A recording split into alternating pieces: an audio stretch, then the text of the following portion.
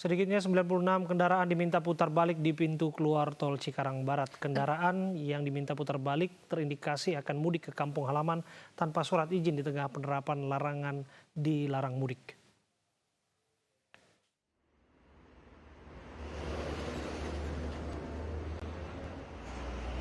Hingga sore tadi tercatat sudah ada 96 kendaraan yang diminta untuk putar balik karena melanggar di checkpoint operasi ketupat dan PSBB di Cikarang Barat. Kendaraan-kendaraan yang terdiri dari kendaraan pribadi, travel, dan minibus ini dialihkan oleh petugas gabungan keluar dari gerbang tol Cikarang Barat 3. Sanksi tilang juga sudah diterapkan bagi pengendara yang melanggar tanpa adanya kelengkapan surat-surat dan juga travel gelap.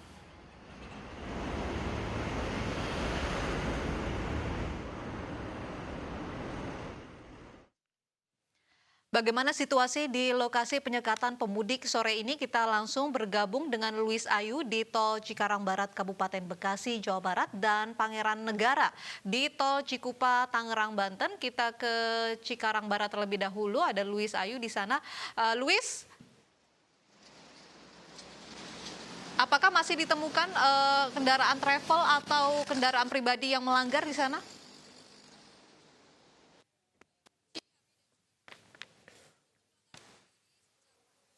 Pagi jelang malam ini ditemukan 96 kendaraan yang melanggar aturan yang melintas di kawasan ini. 41 kendaraan tersebut diantaranya merupakan mobil pribadi yang diminta putar balik dan sebanyak 55 kendaraan umum seperti travel ataupun bus yang juga diminta untuk putar balik. Kendaraan-kendaraan tersebut didapati melanggar aturan, yaitu ingin melaksanakan mudik atau pulang ke kampung halaman mereka yang menuju ke Jawa Tengah, Jawa Timur ataupun Jawa Barat. Selain itu ada juga kendaraan yang melebihi kapasitas sudah ditentukan. Ini juga dialihkan untuk langsung putar balik kembali ke Jakarta.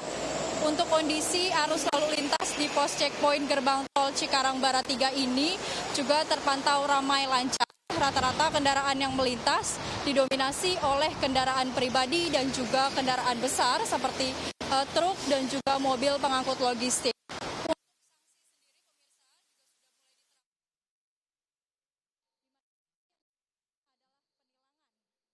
Mobil ataupun kendaraan yang ditilang adalah yang melanggar tanpa adanya kelengkapan surat-surat dan juga kendaraan pribadi berplat hitam yang tidak memiliki surat izin ataupun dokumen terkait, tapi masih mengangkut penumpang seperti travel gelap.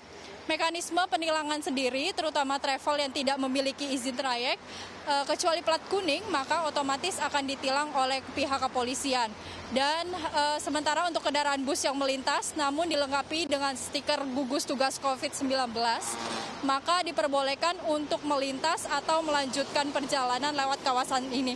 Akan tetapi jika ada bus yang melintas tidak memiliki stiker, maka dilakukan penindakan oleh petugas kepolisian.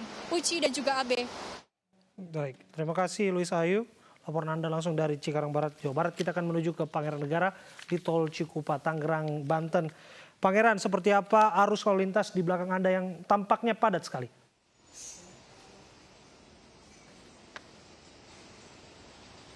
AB, Uci, bisa kami laporkan bahwa memang pemandangan berbeda terjadi di gerbang tol Cikupa, Tangerang, Banten. Hal ini dikarenakan ketika azan maghrib berkumandang atau tepatnya pukul 17.48 waktu Indonesia Barat tadi, kendaraan ataupun tingkat volume kendaraan ini tiba-tiba terjadi peningkatan yang cukup signifikan jika dibandingkan dengan sore tadi. Kami tidak mengerti apa yang menjadi alasan, namun yang pasti ketika aparat kepolisian sudah mulai meninggalkan pos pengecekan ataupun pos pemeriksaan kendaraan, maka dengan seiring kejadian tersebut ataupun kondisi tersebut banyak sekali kendaraan yang datang dari arah Jabodetabek menuju ke arah Pelabuhan Merak, Banten. Dan kami pun dapat melaporkan bahwa memang jumlah pelanggaran yang terjadi di gerbang tol Cikupa ini masih saja terus terjadi. Tercatat bahwa pada hari ini sudah ada 22 pelanggaran, mayoritas diantaranya memang masih dilakukan oleh kendaraan pribadi sebanyak 15 pelanggaran, 3 diantaranya dilakukan oleh bus dan 4 diantaranya dilakukan oleh kendaraan travel. Dan kami pun mendapatkan informasi bahwa aparat kepolisian masih saja menerapkan sanksi berupa teguran kepada para pelanggar dengan meminta para pelanggar ini untuk memutar balik ke arah Jakarta. Menariknya di gerbang tol Cikupa ini ada 2 jalur yang memang sengaja disiapkan untuk para pelanggar agar bisa memutar balik ke arah Jakarta. Jalur pertama dikategorikan untuk kendaraan pribadi dan juga kendaraan travel, yakni berada ataupun berlokasi di tengah-tengah jalan tol. Hal ini dikarenakan kendaraan pribadi maupun kendaraan travel dinilai ketika akan memutar balik tidak akan terlalu mengambil badan jalan. Sedangkan untuk kendaraan bus sendiri diminta untuk keluar gerbang tol Cikupa untuk nantinya masuk ke jalur biasa dan nanti diminta masuk lagi ke arah tol dan kembali ke arah Jakarta.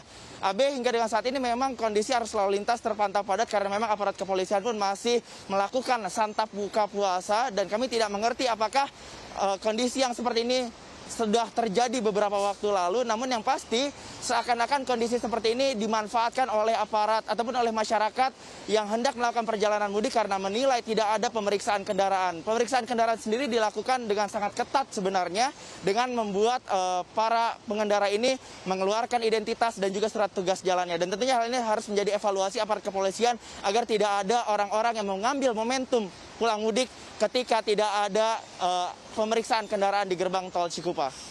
Abe dan juga Uci. Terima kasih Pangeran Negara, laporan Anda langsung dari Cikupa, Tangerang, Banten. Lagi-lagi catatan bahwa disiplin dan taat aturan harus memang menjadi tanggung jawab semua pihak, termasuk pengendara arus lalu lintas. Dan pemirsa, kita akan menuju ke informasi berikutnya. Memasuki PSBB tahap kedua, arus lalu lintas di kawasan Waru, Sidoarjo masih ramai. Pendataan terhadap pengendara yang melintas pun terus digelar.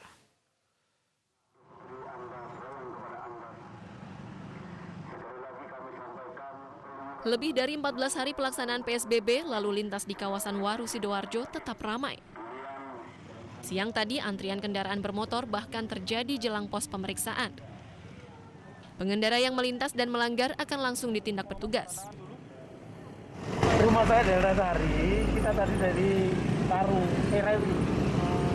Jadi kita lewat mana? Semua tutup. Kita harusnya lewat ini toh, tidak bisa lain. Tidak tahu ada himbauan untuk tidak tahu. Kok tadi kok? Pelanggarannya ini mulai dari masker, ya masker ini yang paling banyak. Kemudian physical distancing, mulai dari yang berboncengan tidak satu halaman.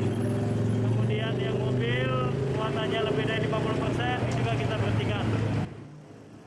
Dari data pos pemeriksaan Waru, sejak pagi hingga siang tadi tercatat lebih dari 25 pelanggaran. Sanksi yang diberikan antara lain putar balik dan pendataan identitas. Dari Sidoarjo, Jawa Timur, Pramono Putra, iNews melaporkan.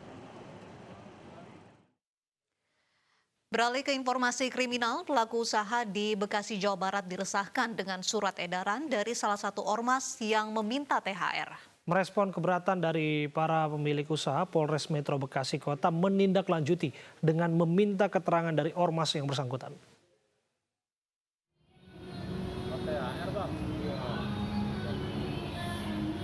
Video pria berseragam ormas memberikan proposal permintaan THR kepada masyarakat pemilik usaha dagang di Bekasi Timur, Kota Bekasi, Jawa Barat viral di media sosial.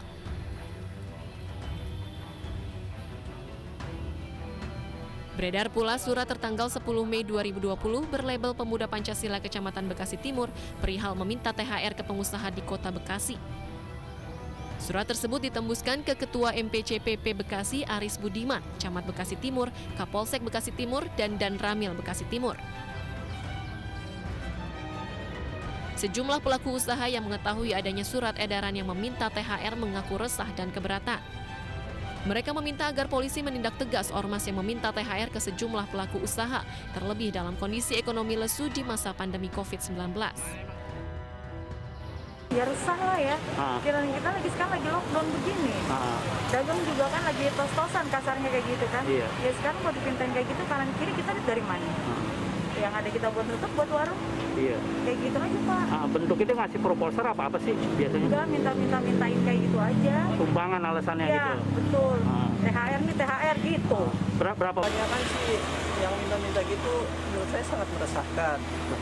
Jadi ya untuk bantuannya mungkin penegak hukum atau ormas-ormas bisa mengertilah keadaan situasi sekarang ini sedang wabah pandemik. Diharapkan juga ya kita sebagai masyarakat juga yang berusaha berusaha cukup baik untuk mengantisipasi dan menjelaskan secara baik kepada ormas tersebut agar mereka mengerti keadaan yang sudah terjadi. Polres Metro Bekasi Kota menindaklanjuti surat edaran tersebut dengan meminta keterangan dari ormas yang bersangkutan. Ya, kemarin kita sudah lakukan klarifikasi, termasuk juga meminta keterangan kepada yang bersangkutan, dan yang bersangkutan juga sudah meminta maaf, dan kemarin sudah ditarik secara keseluruhan surat proposal tersebut. Namun demikian kita akan pelajari, ya, kemudian kita tindak lanjuti, yang mana kalau memang ada unsur ya pidananya, tentu juga kita akan proses sesuai dengan hukum yang berlaku. Selain itu, polisi juga mengimbau warga maupun pelaku usaha di Kota Bekasi yang merasa keberatan dan adanya unsur pemerasan dari ormas yang meminta THR agar melaporkan ke pihak kepolisian Polres Metro Bekasi Kota agar para pelaku ditindak tegas. Dari Bekasi, Jawa Barat, Rahmat Hidayat, iNews melaporkan. Satuan Reserse Kriminal Polres Tasikmalaya menangkap 4 orang pelaku bersama barang bukti uang palsu senilai 2,9 miliar rupiah. Tersangka ditangkap di pos checkpoint Cikunir, Kecamatan Singaparna, Kabupaten Tasikmalaya.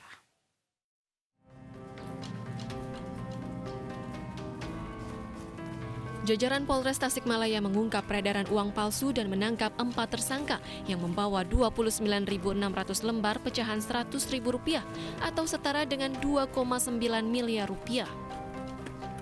Kapolres Tasikmalaya AKBP Hendria Lesmana mengatakan puluhan ribu uang palsu ini disita polisi dalam operasi Ketupat Lodaya 2020.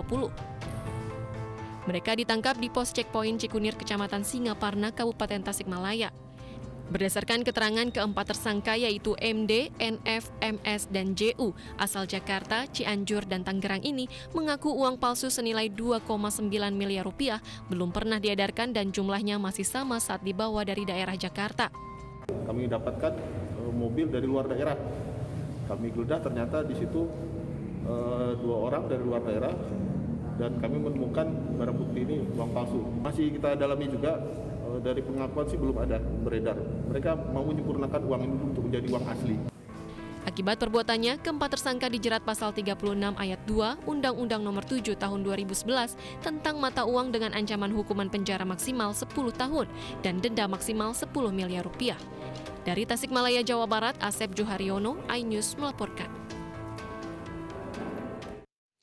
Pelaku pengoplos daging sapi dengan daging babi di Jawa Barat mengaku mendapat daging babi dari Solo, Jawa Tengah. Merespon hal tersebut, Dinas Perindustrian dan Perdagangan Kota Solo mengaku pengawasan di 44 pasar di Solo sangat ketat.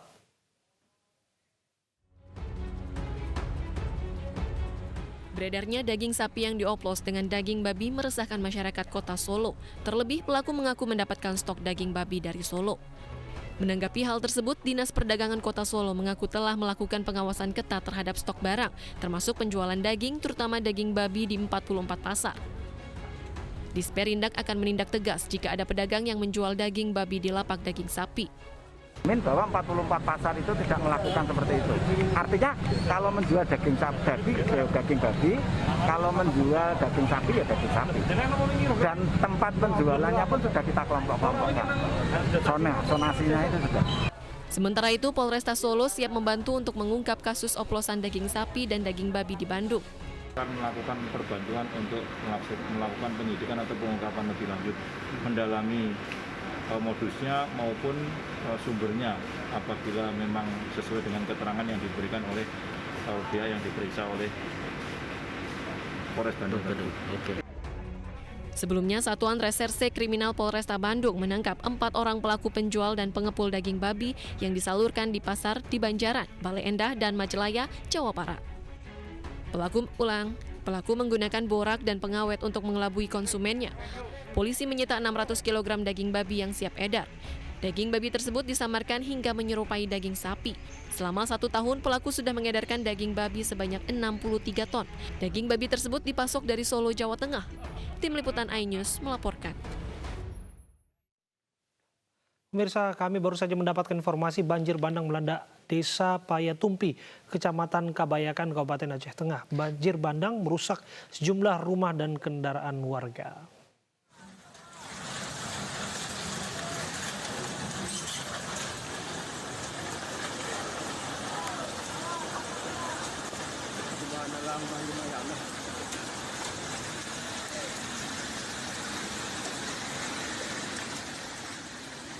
Sejumlah rumah warga di Desa Payatumpi, Kecamatan Kebayakan, Kabupaten Aceh Tengah ini rusak akibat diterjang banjir bandang. Bahkan sejumlah kendaraan warga terseret derasnya banjir bandang. Banjir bandang menerjang Desa Payatumpi sekitar pukul 13.30 waktu Indonesia bagian Barat. Hingga kini petugas masih mendata jumlah korban dan kerugian yang diderita akibat banjir bandang.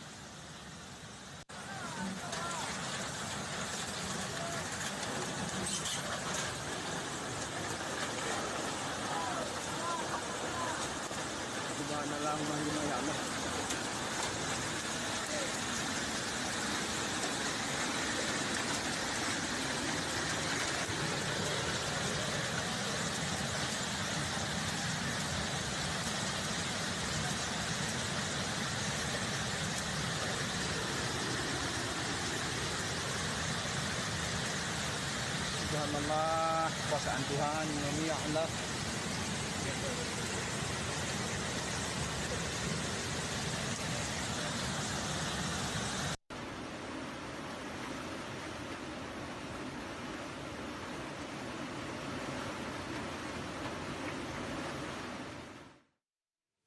Kita ke informasi lainnya, pemirsa, hanya karena tidak disiapkan makan sahur, seorang suami tega membunuh istrinya di Sidoarjo, Jawa Timur. Kasus pembunuhan korban baru dilaporkan ke polisi 4 hari setelah peristiwa pembunuhan.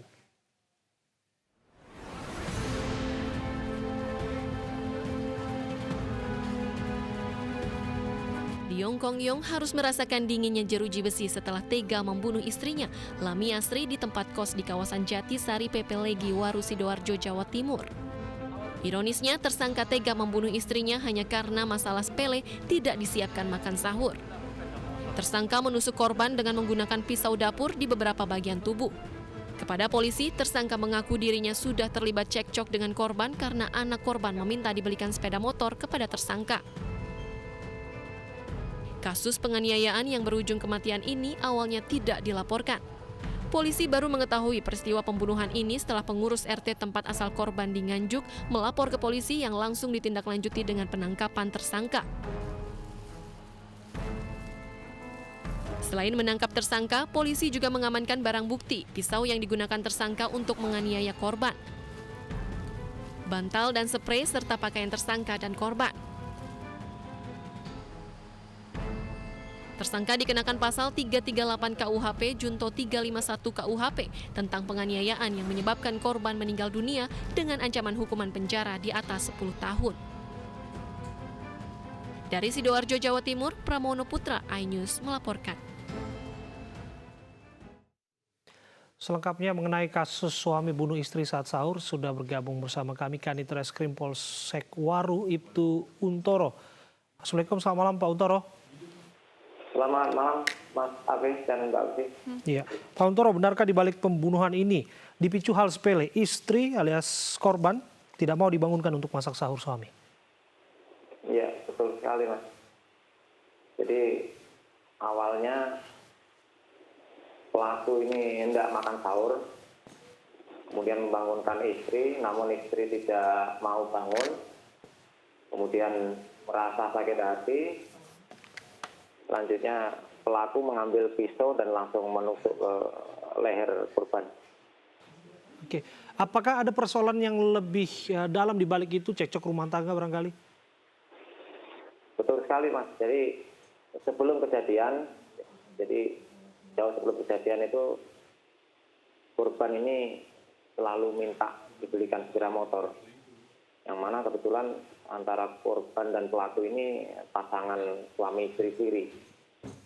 Jadi korban minta sepeda motor untuk anaknya, namun masih dijanjikan oleh pelaku menunggu sampai situasi memungkinkan. Lalu Pak Untoro, kenapa peristiwa pembunuhan ini baru diungkap, baru diketahui 4 hari setelah peristiwa terjadi? Ya, jadi pada saat itu setelah pelaku ini melakukan tindak pidana, pelaku dengan alibi meminta bantuan kepada pihak desa untuk mengantar korban dengan alasan pendarahan ke salah satu rumah sakit. Kemudian setelah tiba di rumah sakit, kemudian keluarga korban juga dihubungi oleh pelaku. Dari situ menunggu sampai sembuh, namun ternyata korban tidak sembuh, malah meninggal dunia. Dari situ dari pihak RW kemudian melapor ke pihak berwajib, dalam hal ini Polsek Waru, kemudian kami segera menindaklanjuti yang melakukan penyelidikan dan kami malam itu juga berhasil menangkap pelaku. Oke. Benarkah Pak pengungkapan kasus ini berawal dari ketua RT tempat asal korban di Nganjuk yang curiga begitu dengan kematian korban lalu melaporkan ke kepolisian? Iya, betul sekali. Jadi dari hasil visum luar waktu itu dari pihak keluarga mendapati adanya luka robek di perut. Ada 3 luka robek di perut. Kemudian dari pihak keluarga asal korban menghubungi kami, memberikan informasi pada kami, kemudian kami tidak lanjuti, ya kami bisa menangkap pelakunya. Dan dari hasil otopsi pun juga memang didapat adanya 4 luka tusukan di badan korban. Pak Untoro, apa alibi tersangka untuk menutupi kelakuannya ini? Jadi awalnya tersangka ini kepada para saksi beralibi bahwa istrinya ini mengalami pendarahan. Jadi minta untuk diantar ke rumah sakit. Namun setelah korban ini meninggal dunia, kemudian kami lakukan otopsi. Kemudian dari hasil otopsi adanya beberapa luka tusuk di badannya. Setelah itu kami melakukan pemeriksaan terhadap tersangka dan akhirnya tersangka mengakui bahwasanya tersangka melakukan penusukan. Tetangga sekitar tidak curiga begitu Pak? Awalnya nggak ada yang curiga. Jadi setelah kami mencari informasi di tetangga sekitarnya, tidak ada yang curiga. Keseharian pelaku dan juga tersangka dan juga korban seperti apa Pak menurut keterangan dari para tetangga?